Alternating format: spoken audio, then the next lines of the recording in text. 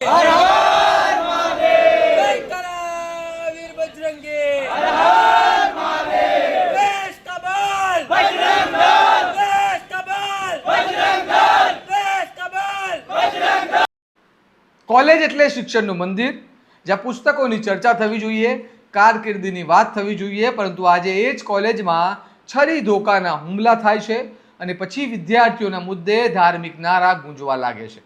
સવાલ એ છે કે જો કોઈ વિદ્યાર્થી પર ખરેખર જીવલેણ હુમલો થયો હોય તો આરોપીઓ સામે કડક કાર્યવાહી થવી જોઈએ, પરંતુ વિદ્યાર્થીના ઝઘડાને ધાર્મિક રંગ આપવાનો પ્રયાસ શા માટે?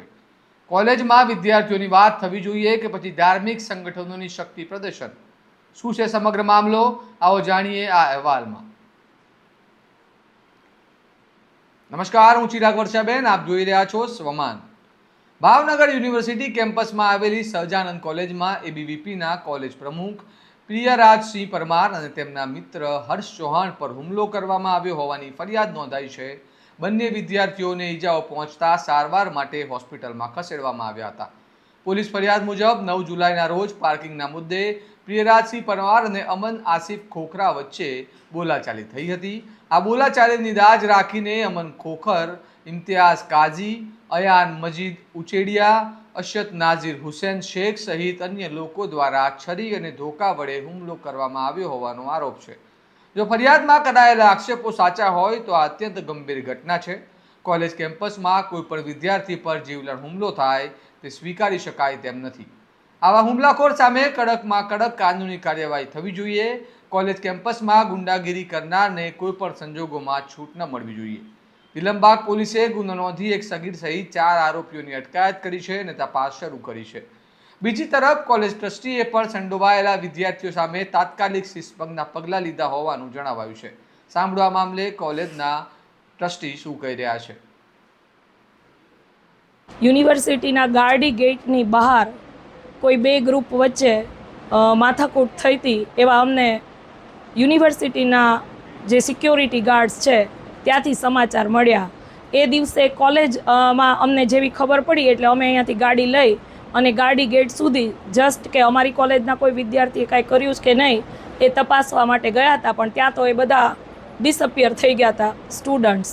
એટલે એ દિવસે તો અમને કોઈ ખબર નથી, પણ ગઈકાલે 2 વિદ્યાર્થી અમારા છે એ અમારી પાસે આવ્યા અને અન્ય 2 વિદ્યાર્થી અમારી કોલેજના કોઈ છે એમણે એમની ઉપર ગાર્ડી ગેટની બહારનો જે ભાગ છે એટલે કોલેજ કેમ્પસથી ઘણે દૂર ત્યાં આગળ ફરીવાર કાંઈ માથાકૂટ થઈ અને એમને મારવામાં આવ્યો એવી રજૂઆત અમારી પાસે કરવામાં આવી છે. એ અનુસંધાને આગલા દિવસે જ અમે એક વિદ્યાર્થી અને એના વાલીને અહીં બોલાવેલા હતા.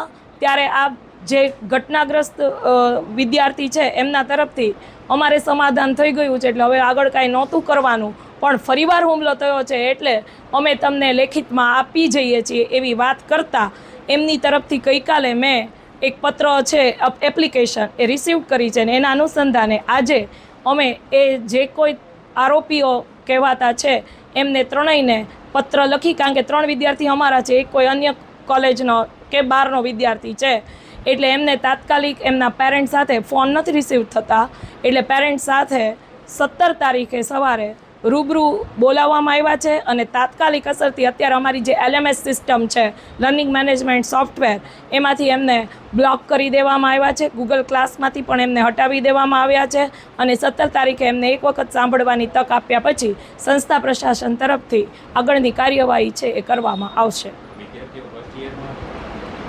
ના સર, આ સેમેસ્ટર કોઈ 2 છે એ ફર્સ્ટ યરના છે ને બાકી બધા મોસ્ટ ઓફ સેમેસ્ટર 5ના વિદ્યાર્થી છે, પણ બધા જ મેં જાણ્યું એ અમારી જ કોલેજના છે એવું નથી, બહારના વિદ્યાર્થીઓ પણ આમાં 2 ગ્રુપ વચ્ચેનું પ્રાથમિક દ્રષ્ટિએ કંઈક માથાકૂટ થયો હોય એવું દેખાય છે, જે કોલેજ કેમ્પસથી બહુ દૂર બહાર બનેલું છે.